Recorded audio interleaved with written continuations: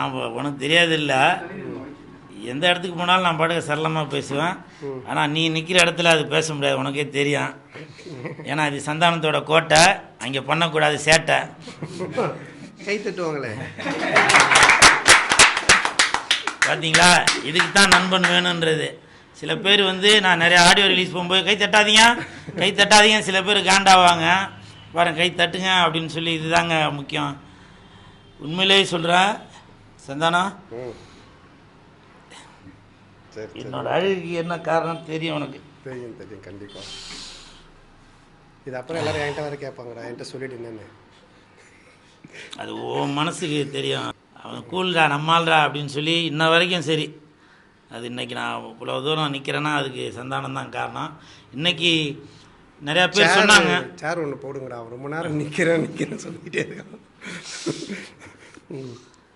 இன்றைக்கி நிறையா பேர் சொன்னாங்க, இந்த மாதிரி உங்களோட உள்ளே செல்லாதீர்கள் அந்த படத்திற்கு ஃபஸ்ட் லுக்கு ரிலீஸ் பண்ணுறதுக்கு கூல் சுரேஷே ஒரு பிரபலமான ஆள் தான். அவரே நிறையா படத்துக்கு பப்ளிசிட்டி பண்ணிகிட்ருக்காரு.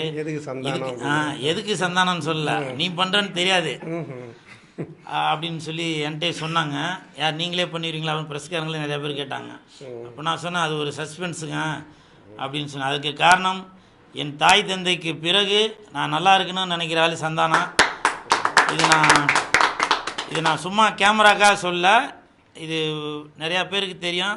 சில சமயம் நான் வேறு யாருக்குன்னா சப்போர்ட் பண்ணால் கூட அப்போ சந்தான பேரை மென்ஷன் பண்ணுவாங்க, ஏய் நீ சந்தானத்தோட ஆளாயிச்சாப்பா அப்படின்னு சொல்லுவாங்க. அது அந்த வீடியோ பார்த்தவங்களுக்கு சந்தானத்தோட நலம் விரும்பி அப்படின்றது எல்லாருக்குமே தெரியும். ஸோ சந்தானத்தோட பொற்கரங்களால் இந்த உள்ளே செல்லாதீர்கள் நான் கதாநாயகனாக நடித்துள்ள படத்தை ரிலீஸ் பண்ணுறதில்ல, ஃபஸ்ட் லுக் ரிலீஸ் பண்ணுறதில்ல நான் ரொம்ப சந்தோஷப்படுறேன். அதற்கு காரணம் சந்தானம் என்றாலே பேய் படத்திற்கு பெயர் பெற்றவர்.